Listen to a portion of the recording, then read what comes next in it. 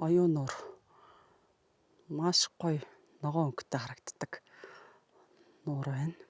Цааталтаа модтой юм биш тий. Дээрээс бол ногоор л харагдаад байсан. Арц юм уу гэж хараад байсан чинь. Арцнаас гадна бас мод ургаж байгаа юм шүү дээ. Ямар ч юм нэг бут ургаж байна. За ямар вэ? Янз юм байна уу? Янз юм байна. Та нарыг ихээр усанд орхон үлээс сууж байна. Энд чи айгүй гүнзгий юм байна шүү дээ.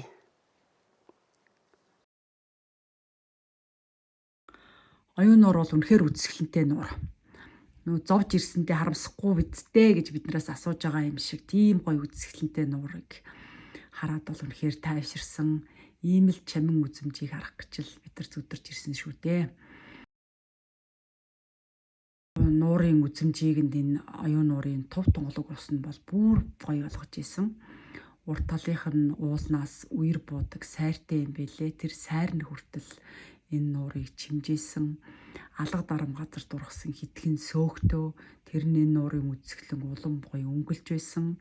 Уулсаар битүү хүрээлэгдсэн байдгийн байлээ. Одоо тийм болохоор энэ нуурны мандалд нь салхи бараг хүрч чаддаггүй. Нуурын цанаал нэг тийм амар амгалан ямар ч долгио байхгүй бидний өцсөн өдөрч бас салхихгүй байж таарсан болохоор ч бас тэр байх л та. Энд бол хэсэг саатах бас хангалтгүй санагдсан.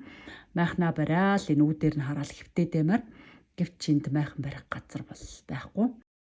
Харин бол малчтын хэлж байгаагаар бол бүр урагшаа явах юм бол нуурынхаа бүр урд эрэхт очоод үерийн сайр харагдаж байгаа хэсэгтэр бол майхан барьж болдгоо гэсэн. Гэтэл бид нар бол хойтлоос нь очсон. Тэр уртлын ирэг дээр нь очих шаардлага бид нарт байгаагүй. Маш гүнзгий юм байна. Энэ араа маш гоё тунгалаг устай.